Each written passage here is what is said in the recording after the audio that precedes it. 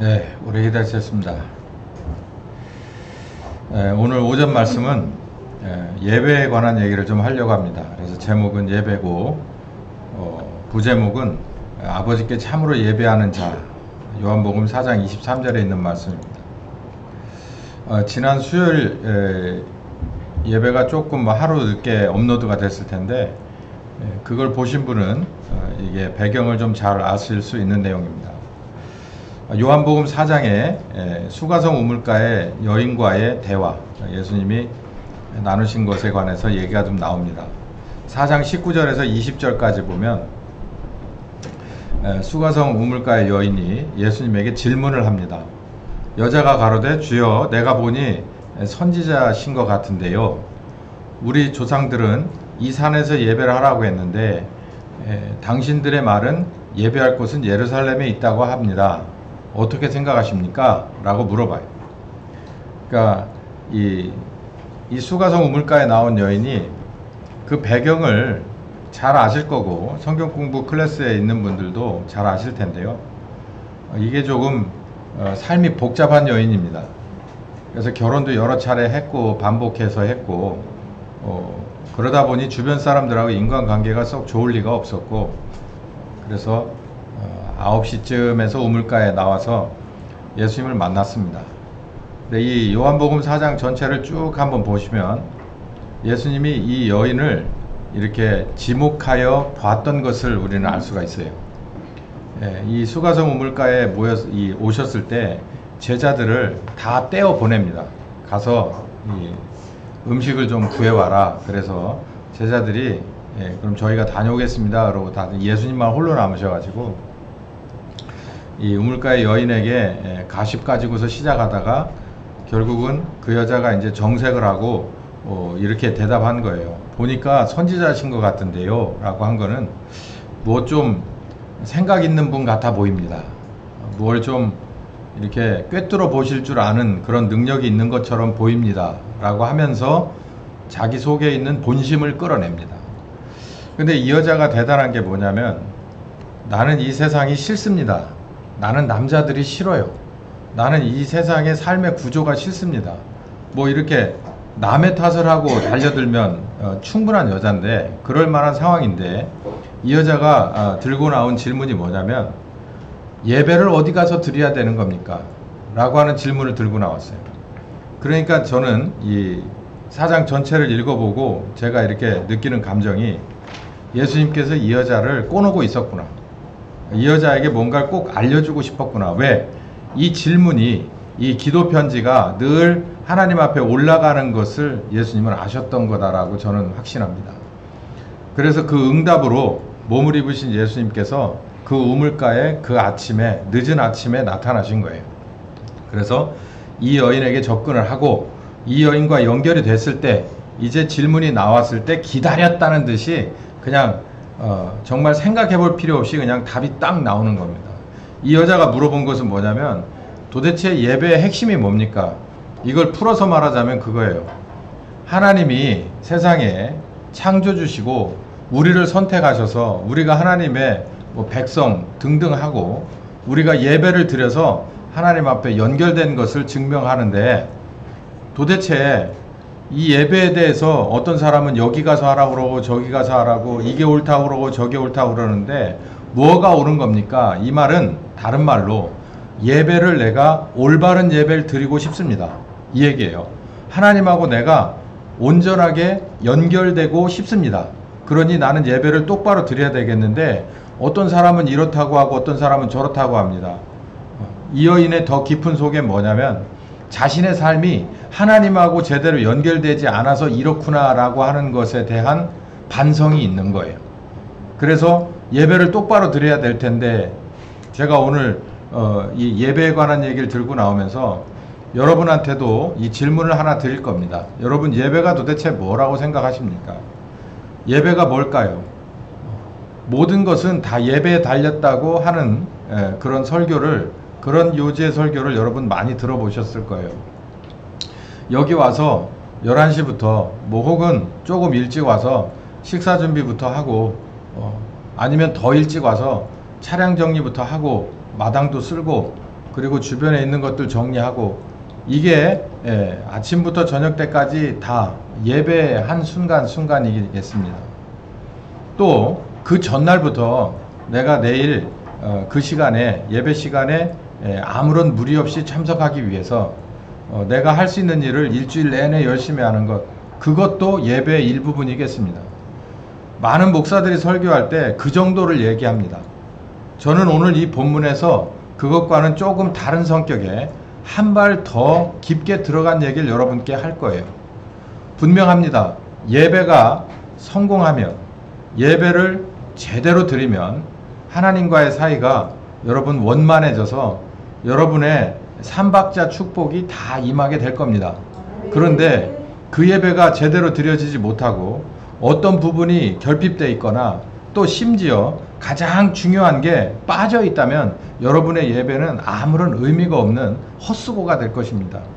이것과 비슷한 얘기는 아모스 선지자를 통해서도 많이 했고, 구약에 있는 그 마지막 때에 나온 이 나라가 망하기 직전에 나온 그 선지자들은 대부분 지적한 게, 이 하나님 앞에 예배를 드리는 저 예루살렘 성전이 제 기능을 하지 못하고 있다 라고 얘기를 했고, 예수님도 오셔가지고 오죽했으면 다 갖다 뒤집어 엎어버리고 부셔버려라, 내가 3일 만에 다시 질 테니, 이렇게까지 말씀하셨겠습니까? 여기에 평소보다도 몇몇 분이 더 나오셨는데 오늘 예배가 뭔지를 정확히 알고 가셔서 여러분의 삶에 있어서 오늘부터 제대로 된 예배가 되시길 예수님의 이름으로 축원합니다. 북이스라엘의 제사, 이 사람들의 예배는 어떤 건가? 여기 이 얘기를 제가 왜 하냐면, 이 수가성 우물가에, 이 수가성이라고 하는 데는 사마리아에 있습니다. 사마리아는 어디에 속한 거냐면 남유다가 아니라 북이스라엘에 속해 있는 거예요. 그래서 이 예배 얘기가 나온 겁니다. 우리가 생각할 때는 예루살렘에서 하나님 앞에 예배를 드리는 중심지다 라고 생각하고 있지만, 여기에서 나오는 저 산도 있고 이 산도 있다 라고 얘기하는 건 바로 북이스라엘이기 때문에 그래요. 그 배경을 좀 짧게 살펴보겠습니다. 열왕기상 12장 25절에서 30절까지 보면 하나님이 사울 1대 왕, 그리고 2대 왕 다윗, 그리고 3대 왕 솔로몬, 여기 이 대까지 하나님이 꼭 붙잡고 이스라엘을 사랑하셨습니다. 그러나 하나님이 예언한 대로 이스라엘이 어디 가서 망하냐면 솔로몬이 죽고 나서 나라가 두 개로 쪼개져요. 그 쪼개지는 장면이 열왕기상 12장 25절 30절 이 언저리를 읽어보시면 쪼개지는 내용이 나옵니다. 왜 그러냐면 다윗이 일단 범죄를 했어요. 밧세바에 대해서 실수를 하고 큰 잘못을 저질렀습니다. 그거에서부터 기인한 거예요. 그러다가 네 아들 때까지는 내가 봐주고 그 다음에는 나라가 이제 두 개로 나눠질 거다라고 하셨는데, 그 말이 임했는데요. 어떤 계기를 통해서 그랬냐면 솔로몬이 죽었어요. 그래서 솔로몬의 아들 이름은 르호보암입니다. 르호보암이고, 여기 나오는 여로보암은 이름이 뭐 다 똑같은데 우리로 보면 성만 틀리게 이렇게 보여요. 르호보암, 여로보암. 르호보암이 솔로몬의 아들이고, 르호보암은 북이스라엘의 왕이 되는 느밧의 아들입니다. 그러니까 다른 왕이 되는 거죠. 그러니까 솔로몬의 아들 르호보암이 왕위에 이제 오르려고 할 때 백성들 대표들이 와가지고 이 르호보암에게 와서 이제 간담회를 열었습니다. 뭐냐면, 당신은 이제 우리의 왕이 돼서 치리를 할 텐데 어떻게 하실 겁니까? 우리가 생각할 때 솔로몬 왕, 그러니까 당신의 아버지는 우리에게 너무나도 무거운 짐을 지웠습니다. 그래서 당신은 좀 어떻게 할 건지 들어보고 싶습니다 라고 얘기했어요. 그러니까 솔로몬이 그 당시에 아주 정말 피크에 있었던 왕이기는 하나, 솔로몬 왕이 그 피크에 있으려고 한다면 백성들을 호되게 다스려서 세금도 많이 걷고 그리고 공역도 많이 지워줘야만 되는 거예요. 성전을 지으려니까 얼마나 여러 가지가 들어가는 돈이 많겠습니까?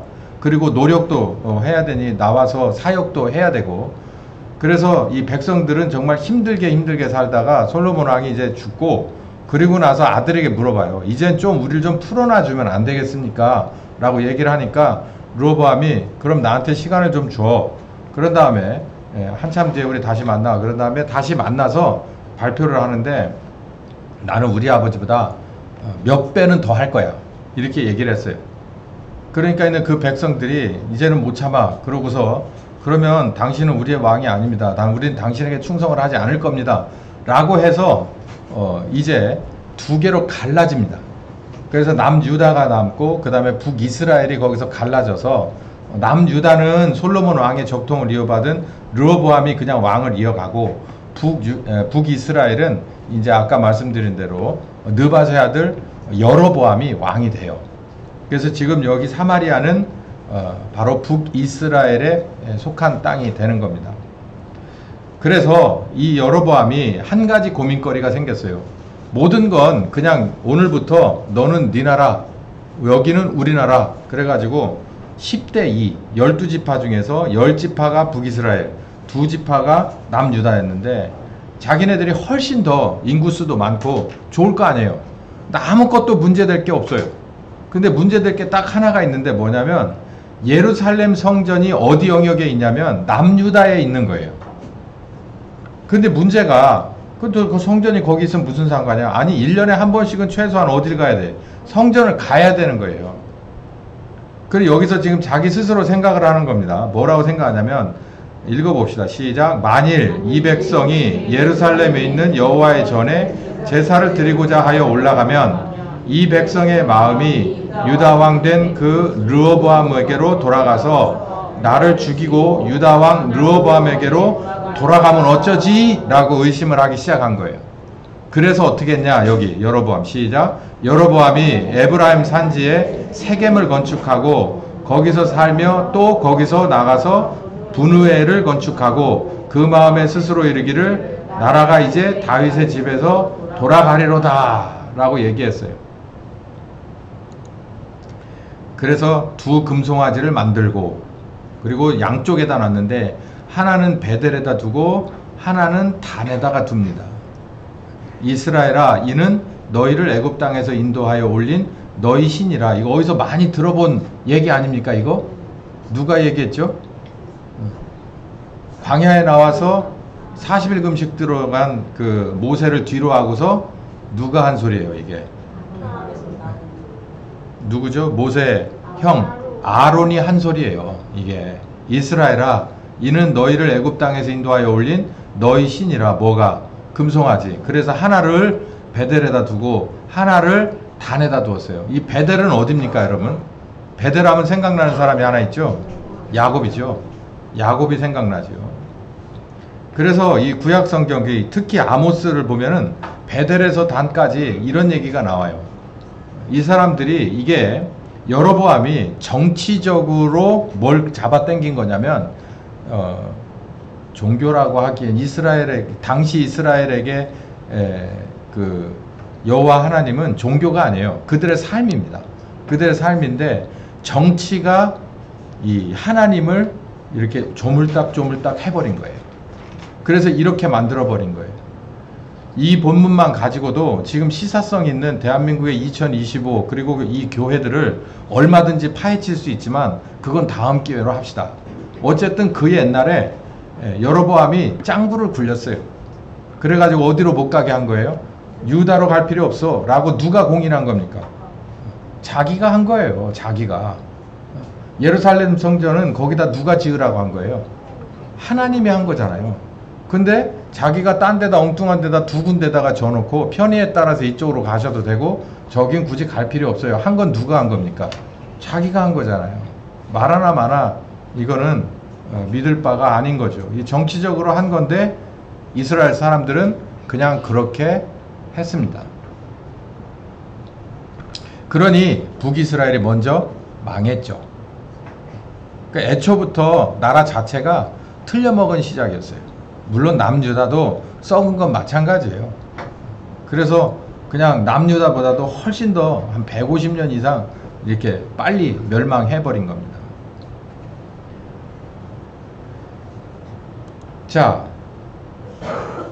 다시 여인에게로 돌아가죠. 그 여인이 그래요. 우리 어디서 예배를 드려야 돼요? 유다 사람들은 당신들은 말이야 잘못된 곳에서 예배를 드리고 있어. 여기 우리 땅에 있는 이 성전에 와서 예배를 드려야 돼 라고 얘기를 하는데 아직도 북이스라엘 사람들은 뭐 어디 가서 베델에 가서 드리든지 아니면 단에 가서 드리든지 뭐 이렇게 어디가 맞아? 그러니까 예수님이 답을 줍니다. 21절 시작. 예수께서 가라사대 여자여 내 말을 믿으라. 이 산에서도 말고 예루살렘에서도 말고 너희가 아버지께 예배할 때가 이르리라. 너희는 알지 못하는 것을 예배하고 우리는 아는 것을 예배하노니 이는 구원이 유대인에게서 남이니라. 자, 그래 놓고 여기 이제 본론으로 정확하게 들어갑니다. 시작. 아버지께 참으로 예배하는 자들은 신령과 진정으로 예배할 때가 오나니 곧 지금이라. 아버지께서 이렇게 자기에게 예배하는 자를 찾으시느니라. 자, 여기 보세요. 어디가 예배를 드려야 합니까? 라고 하니까 where? 어디요? 라고 얘기하니까 어디라니는 아니라 어디가 아니에요. 그러니까 이 산도 아니고 예루살렘도 아니다. 그러니까 베델도 아니고 단도 아니고 어디도 아니다. 예루살렘도 아니다. 그러니까 여기라고 할 수 없다는 거예요. 그럼 여러분 여기 와서 예배를 드리네요. 그럼 여기가 지금 이 말씀에 의하면 여기가 예배가 장소가 기라는 거예요? 아니라는 얘기잖아요. 그러니까 where가 성립이 안 돼요. 여기다 저기다 아니 이게 성립이 안 된다는 거예요. 이게 점점 더 재밌어집니다. 한번 들어가 봐요. 예배는 신령과 진정으로 하는 거야. 그러니까 이 신령과 진정에 대한 또 이 해석이 분분합니다. 어마어마하거든요.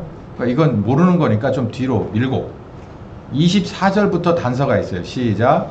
하나님은 영이시니 수도. 하나님은 뭐라고요? 영이시니. 그럼 예수님은 누구십니까? 예수님이 영이에요?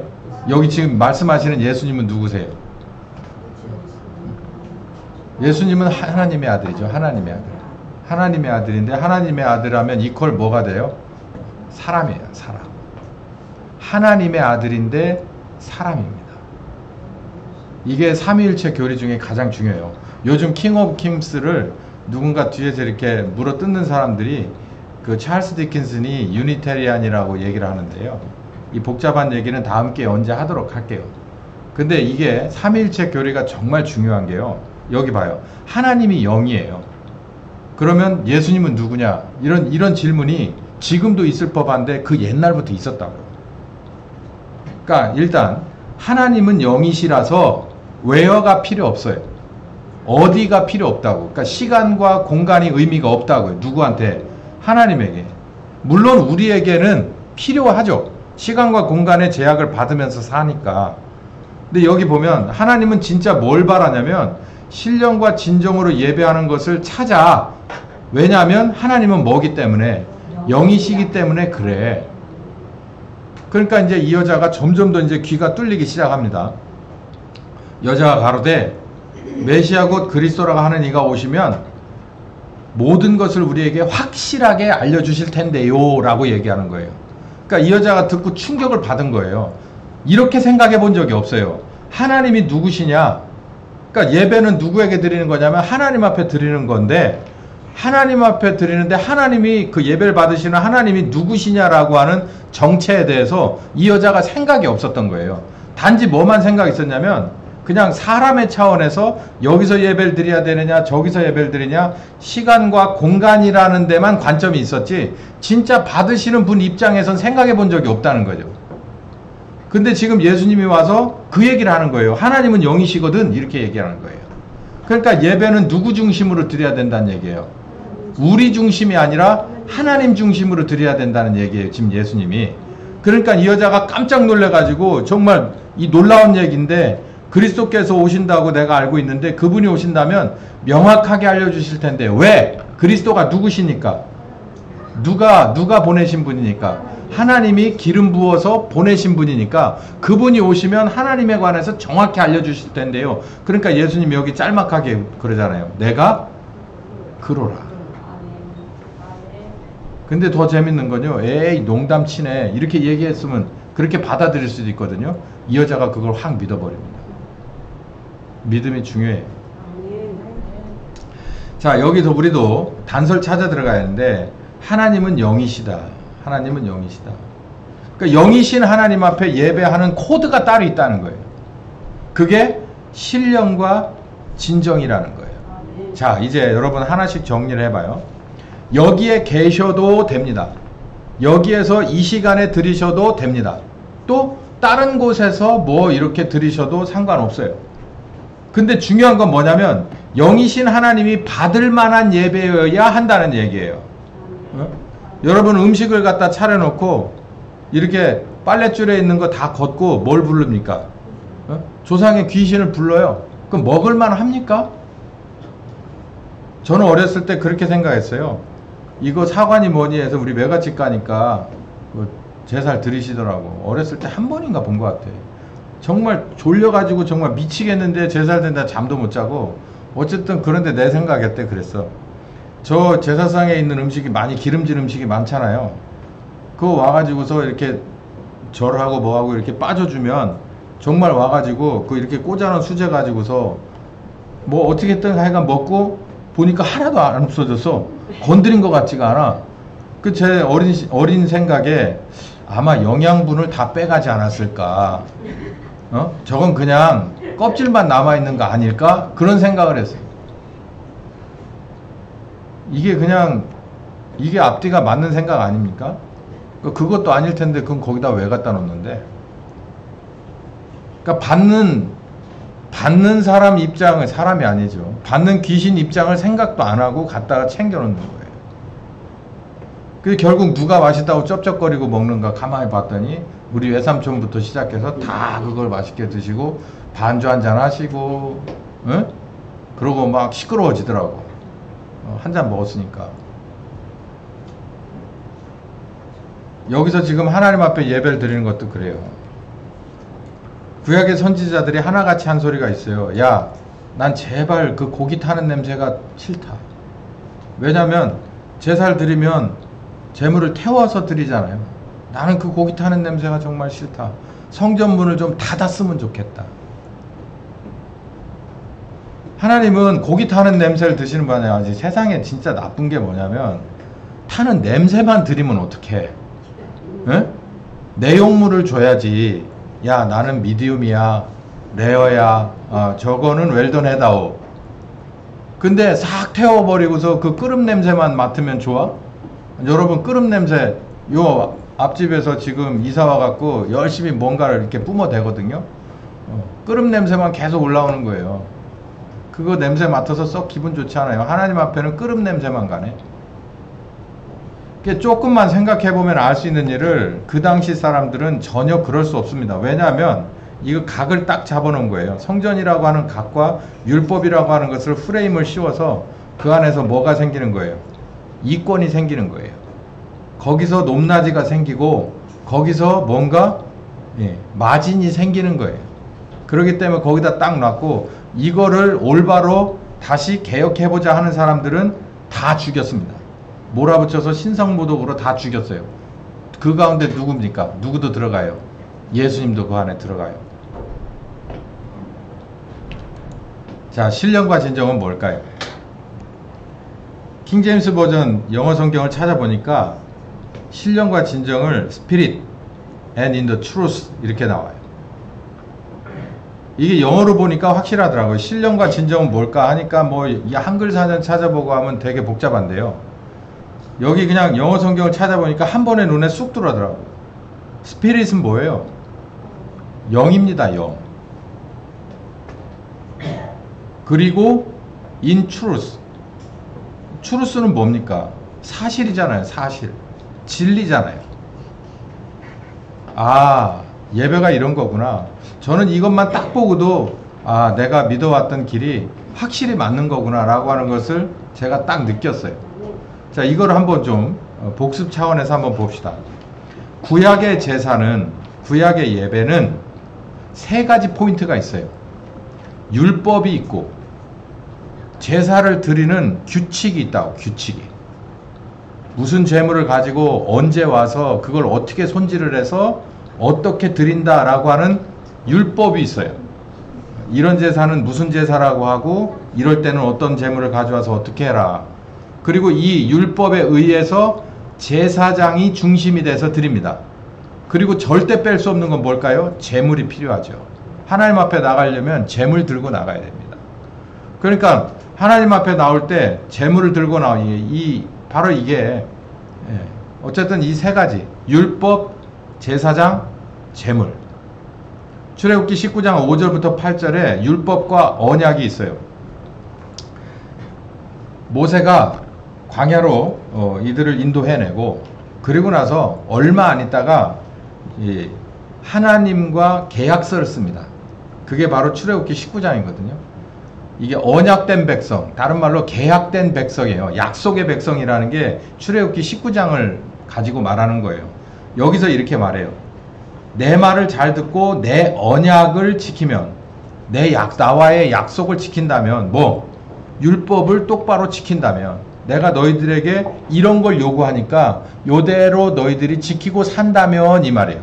네가 이 약속을 해준다면 내가 너희들을 제사장 나라가 되게 하고 거룩한 백성이 되게 하고 나는 너희의 하나님이 될 것이다 라고 약속을 하는 거예요. 계약을 하는 거예요. 그래서 이 사람들이 모두 뭐 했다고 그랬죠? 일제히 예스 그렇게 하겠습니다 라고 약속을 했어요.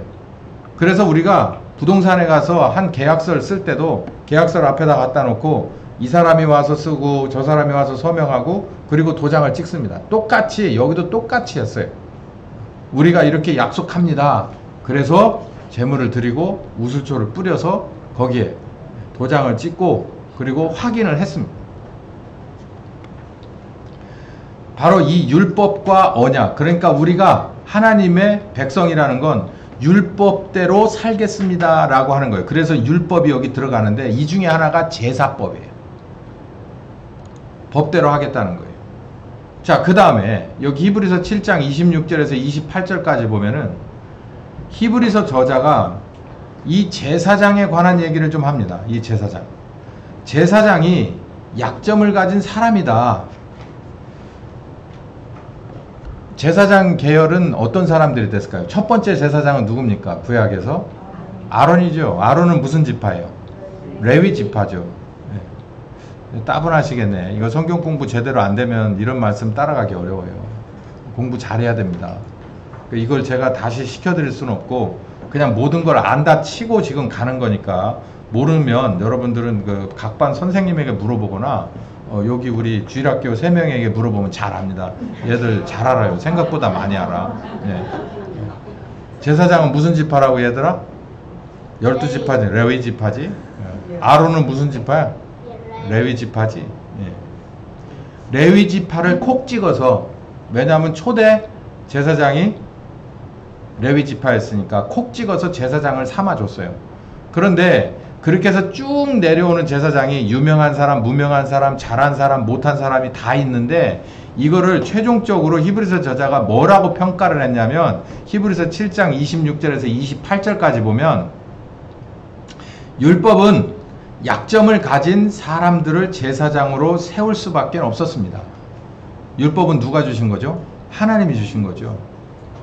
그러나 맹세의 말씀은 온전케 되신 아들을 세웠지요 라고 얘기를 해요. 우린 여기서 요 밑에 있는 말씀이 더 중요하지만 요걸 가지고 우린 얘기를 하는 거예요. 어디까지는 맹세의 말씀은 예수님을 말하는데 온전케 되신 아들이 예수님이니까 예수님이라고 하는 대제사장이 오시기 전까지는 모든 제사장은 뭐가 있다는 거예요? 약점이 있다는 거예요. 약점. 무슨 약점이냐? 무슨 약점이냐? 여기 27절 시작. 저가 대제사장들이 먼저 자기 죄를 위하여 다음에 백성의 죄를 위하여 날마다 제사를 드린 것 같이 할 필요가 없으니, 이 말은 무슨 말이냐면 대제사장이, 그러니까 제사장 중에 대표가, 제일 큰 제사장이 모든 그 격에 맞게 모든 이스라엘의 죄짐을 가지고 들어갑니다. 뭐하라고? 용서를 받으려고 1년에 한 번 대속죄일에 들어가는데, 들어가려면 일단 자기가 깨끗한 사람이 들고 들어가야 돼요. 하나님 앞에 서려면.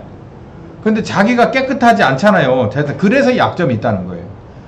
하나님 앞에 나가려면 온전한 제사장이 남들의 죄를 위해서 가지고 들어가서 용서함을 받아가지고 나오는 게 순서인데, 하나님 앞에 설 수 있는 자격 자체가 없는 사람을 대제사장으로 삼을 수밖에 없어서 그걸 약점이라고 하는 거예요. 누가 오시기 전까진. 예수님이 오시기 전까진 그랬다는 거예요.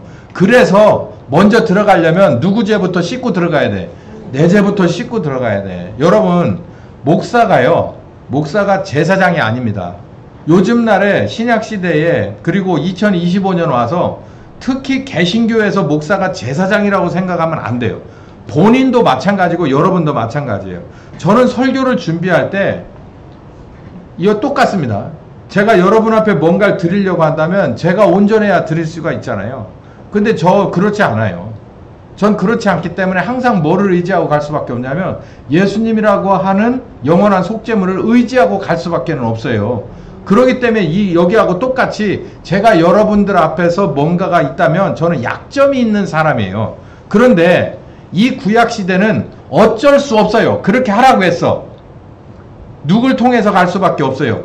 약점 있는 사람 통해서밖에 나갈 수가 없어요. 누구 앞에? 하나님 앞에 나갈 수가 없어요. 자기 죄를 좀 용서받으려면 누구를 쳐다볼 수밖에 없어요. 약점은 있지만 하나님이 그렇게 세워주신 대제사장만 쳐다볼 수밖에 없어요. 대제사장이 얼마나 책임감을 가지고 자기 죄를 속하고 거룩하게 살다가 하나님 앞에 가서 제대로 용서받고 나오냐, 그건 자기 대제사장의 문제고, 이 개개인들에게는 누구만 쳐다볼 수밖에 없었다고요. 약점 있는 대제사장만 여러분은 저만 쳐다보면 안 돼요. 지금은 신약시대이기 때문에.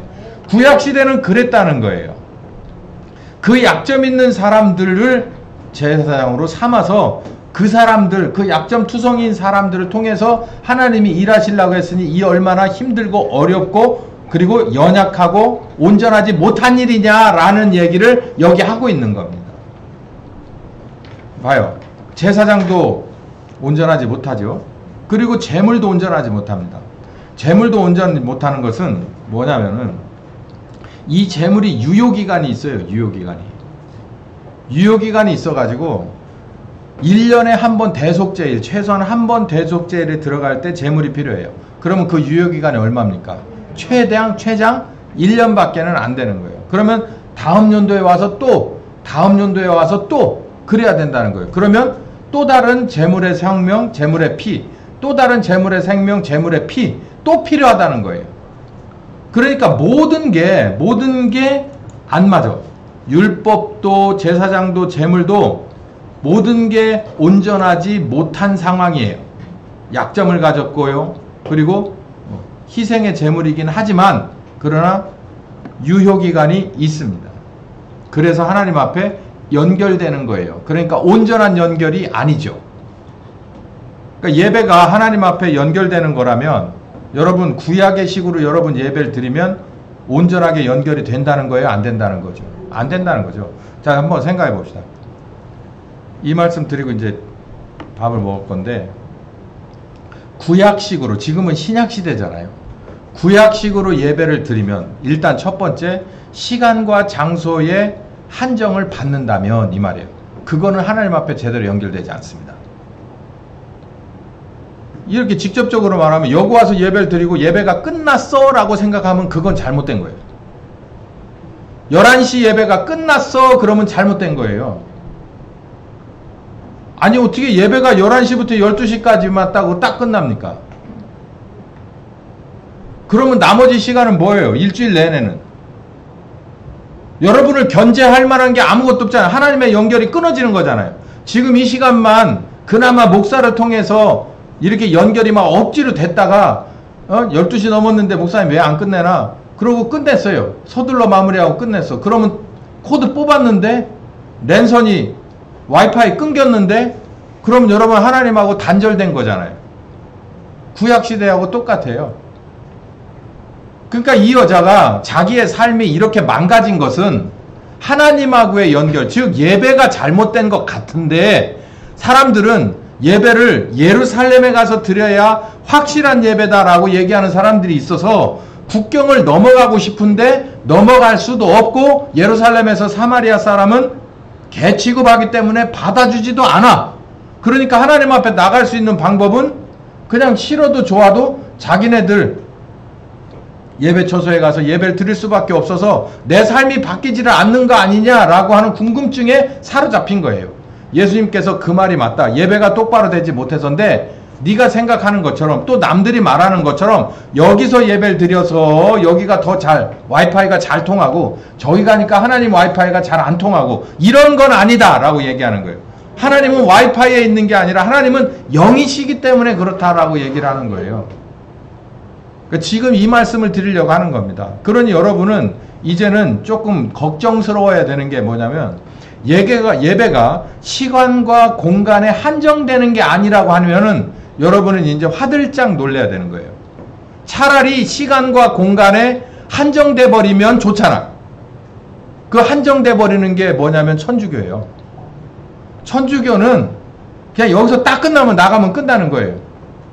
여기서 하란 대로 사제가 하란 대로 하고 주는 거 입에다 넣어주면 그냥 먹고 잘못했어야 하고 뭐 헌금하고 그리고 막 손 닦고 뭐 하고 그리고 기도문 여러 가지 막 하고 그리고서 이거 벗고 나가면 끝나는 거예요. 다음번에 오지 올 때까지 그 예배당에 들어올 때까지 그냥 자기는 자유인으로 사는 거예요. 물론 본인들은 어쩔지 모르지만 그 전통 자체가 그래요. 근데 우리 개신교는 아니, 성경은 오늘 뭐라고 말하냐면 예배라고 하는 것은 시간과 공간의 제약을 받는 게 아니다라고 얘기를 하는 거예요. 이거 누가 얘기한 거예요? 예수님이 얘기하고 있잖아요. 그럼 여러분은 이제는 심각해져야 됩니다. 나가서도 예배네? 아니 월요일도 예배네? 화요일도 예배네? 불금도 예배네? 시간에 제한이 없어요. 그러니까 다 예배네? 이렇게 돼버리는 거예요. 그러니까 여러분 이게 어떻게 생각하면 우리가 오히려 더 힘들어지는 거 아니냐라고 생각할 수도 있겠죠. 그러니까 아주 쉽게 믿으려고 하니까 뭐가 자꾸 커지냐면 주일 11시 예배가 커지는 거예요. 주일 11시 예배가. 사실 교회에 모이는 예배 시간은 여러분의 삶에 있어서 아주 작은 부분입니다. 그걸 가지고 뭘 어떻게 하려면 리튬 배터리 지금보다 100배는 더 강한 은혜를 받아야 여러분의 24시간을 견딜 수가 있을 텐데 그렇지는 않잖아요. 돼요? 요즘 날에 예배에서 그렇게 은혜 받고 갈 수 있어요? 없어요. 그리고 원래 성경적이지도 않아요. 지금 그 말씀을 하시는 겁니다. 자, 그러면 신약의 진정한 예배는 뭘까? 하나님은 뭐다라고 그랬죠? 영이시니 너희들이 뭘 들고 나가야 된다? 신령과 진정으로 나가야 된다. 뭐에 구애받지 말고, 시간에 구애받지 말고, 장소에 구애받지 말고. 그렇다면 하나님하고 뭐 될 것이다? 제대로 연결될 것이다. 네 예배가 하나님 앞에 제대로 연락될 것이다. 기도하겠습니다. 감사하신 하나님, 예배 똑바로 드리고 싶습니다. 하나님과 제대로 연결되고 싶습니다. 우리를 인도하여 주시옵소서. 지금은 우리 주 예수 그리스도의 은혜와 아버지 하나님 극진하신 사랑하심과 성령님이 교통하시는 역사가 이제는 진정 예배에 성공하고, 아니 나의 삶 전체가 하나님 앞에 드려진 예배로서 하나님 앞에 나가기로 작정하는 한 심령과 가정과 교회 후에 함께 하시길 예수님의 이름으로 축원하옵나이다. 아멘.